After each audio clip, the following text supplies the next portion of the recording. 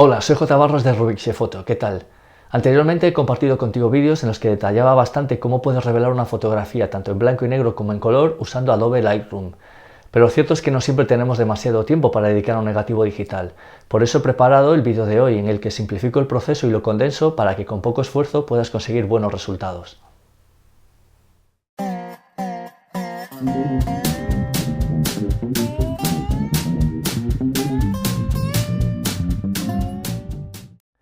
Una vez que has decidido con qué fotografía quieres comenzar, empieza un proceso de 5 pasos, que está basado en el método de David Duchovny. He elegido esta imagen para que veas el antes y el después. Paso 1. Identifica la idea central e imagina el resultado. Es decir, mira la imagen y pregúntate qué es lo más importante, qué te gusta de ella y cómo la visualizas una vez terminada. Bien, en la imagen que te muestro, básicamente el tema es que hay una línea negra y amarilla y también un personaje que está vestido en tonos oscuros, prácticamente negros y amarillos. Entonces me imagino una fotografía terminada en la que esos dos elementos destaquen del entorno y el parecido entre ellos sea todavía mayor. Paso 2. Elimina las distracciones. Consiste en analizar la imagen y decidir si hay algo que distraiga la atención de lo importante. Si es así, tienes que tratar de eliminarlo. Típicas distracciones: un horizonte caído, motas de polvo, objetos que están en la fotografía pero que no aportan nada. En esta fotografía, por ejemplo, si te fijas ahí, una sombra en la parte superior izquierda y también unas tapas de alcantarilla. ¿Hasta qué punto distrae la atención? Bueno, realmente son elementos que no aportan nada a la fotografía. ¿Se podrían dejar perfectamente? Sí, pero en este caso eliminarlos no va a suponer un gran esfuerzo. Así que para ello voy a coger el comando recortar, que se accede con la tecla R, y voy a desplazar ligeramente el borde de la imagen de manera que queden fuera. Fíjate que simplemente moviendo un poco, tanto la sombra como las alcantarillas se quedan fuera. Si pulsas el botón L un par de veces, mientras tienes seleccionado el comando recortar, ves únicamente lo que dejas dentro del encuadre, con lo cual es muy sencillo valorar si el recorte que estás efectuando es adecuado o no. Una vez que es el que tú quieres, solamente tienes que pulsar la tecla Enter y la fotografía se reduce a aquello que has dejado dentro del marco. Paso 3. Haz ajustes globales, es decir, haz aquellos ajustes que afectan a toda la fotografía por igual. Se trata de cambiar el aspecto general de la imagen pensando siempre en lo que has decidido en el paso 1. Para ello vamos a tocar los paneles básicos y curva de tonos, que están en la parte derecha, justo bajo el histograma. Te aconsejo tener siempre seleccionado el aviso de luces quemadas y sombras empastadas, que se hace con la tecla J. Comenzamos con la temperatura de color. Podemos escoger uno de los presets que nos aporta Lightroom, o podemos escoger el cuentagotas, ir a una zona de la imagen donde los tres valores RGB sean prácticamente idénticos, pulsar y dejar que lo haga automáticamente.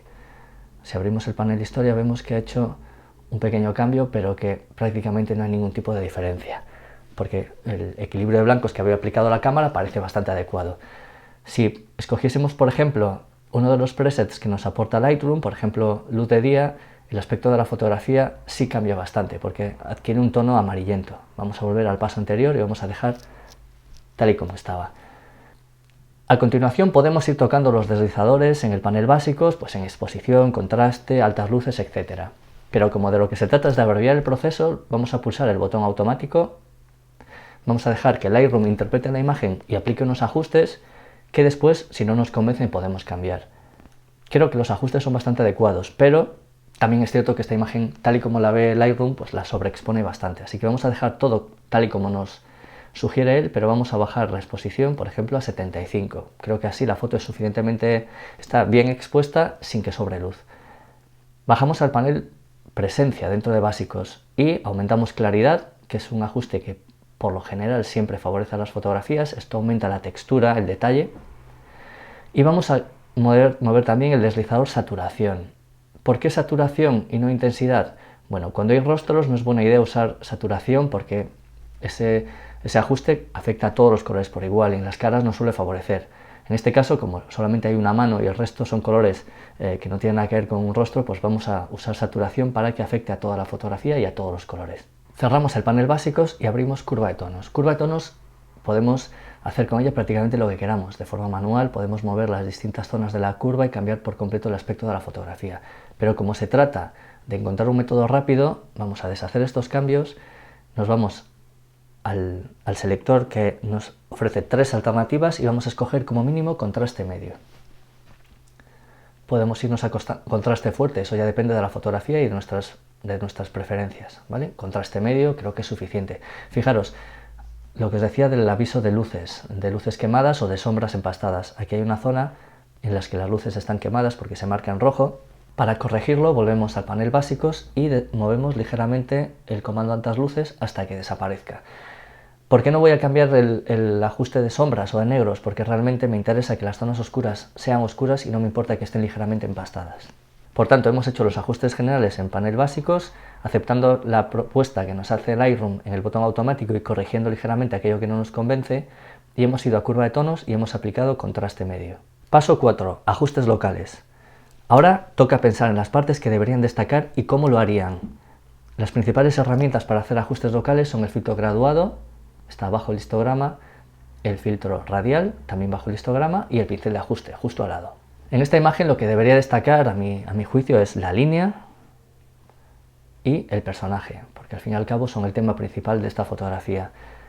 Para hacer ajustes locales sobre ellos, lo que voy a hacer es crear un pincel de ajuste en el que voy a aumentar ligeramente la claridad para que tenga todavía más detalle y también un poco la saturación. Y con este pincel de ajuste me voy a pintar sobre la línea. Cambio ligeramente el tamaño del pincel y pinto sobre la línea. Si pulso en O, se verá la zona que está afectada por el pincel que estoy empleando en cada momento. A medida que la línea cambia de espesor, reduzco un poco el tamaño del pincel para no salirme, y con esto esa zona queda afectada por los ajustes que acabo de definir, que son claridad 30 y saturación 19. Si en algún momento os pasáis, solamente tenéis que pulsar el botón Alt, el más del pincel se convierte en un menos y podéis borrar aquellas zonas que no queráis que se vean afectadas. Acabamos de pintar sobre la línea y quitamos O para ver únicamente el efecto y no la zona pintada. Y ahora creamos un nuevo pincel de ajuste que va a afectar al personaje, pero no a todo el personaje porque considero que está suficientemente bien tal y como está, sino únicamente en esta parte de aquí, en la parte de la barriga, porque está más oscura que el resto y parece realmente pues una distracción. Así que creamos un pincel de ajuste en el que vamos a aumentar ligeramente la exposición y pintamos sobre esa zona para que sea un poco más clara. De nuevo pulso O para ver la zona que estoy afectando por el pincel. Y bien, una vez que lo tengo, no tengo más que volver a ver la imagen a pantalla completa. Fijaros, aquí ha quedado en la zona de la derecha, por delante del jersey, ha quedado una zona muy clara, se nota que me he pasado con el pincel. Así que lo que voy a hacer es mostrar qué zona está afectada por él, pulsar el botón Alt para borrar esa parte que había quedado, esa parte del suelo que se había visto afectada por un pincel que no le correspondía. Borro, vuelvo a pulsar O para ver la fotografía y ahora ya no hay ninguna zona en el suelo iluminada o con una iluminación extra. Paso 5. Últimas correcciones. Son los toques finales para acabar de redondear la fotografía. Están en el panel detalle y básicamente consisten en enfocar y reducir el ruido. El enfoque es prácticamente obligatorio. Para ello escogemos una zona de la imagen que sea relevante, por ejemplo el personaje, para verla al 100%. Pulsamos el botón Alt y aumentamos cantidad hasta que el enfoque sea el que nos interesa. Voy a dejarlo aproximadamente en 50. Dejamos radio por defecto en 1 y aumentamos ligeramente el detalle. También pulsando el botón Alt vamos a llegar también hasta 40 aproximadamente. Y por último, máscara. Siempre pulsando el botón Alt, movemos el deslizador con máscara, nos vamos a poder ir bastante al extremo, por ejemplo a 85. Las zonas blancas que se ven en la imagen son las zonas afectadas por la máscara de enfoque, que en este caso, cuanto mayor sea el valor, más próximas serán a los bordes de los objetos. Podemos llegar incluso a 90. Y en cuanto a la reducción de ruido, esto ya depende del ISO que hayamos usado y el rendimiento de nuestro sensor. Pulsamos Alt y aumentamos ligeramente el valor luminancia hasta que pues, el aspecto de la fotografía sea el que nos gusta, por ejemplo 10. Si nos pasamos, la fotografía va a quedar demasiado lavada, muy suavizada. Y este es el aspecto final de la fotografía.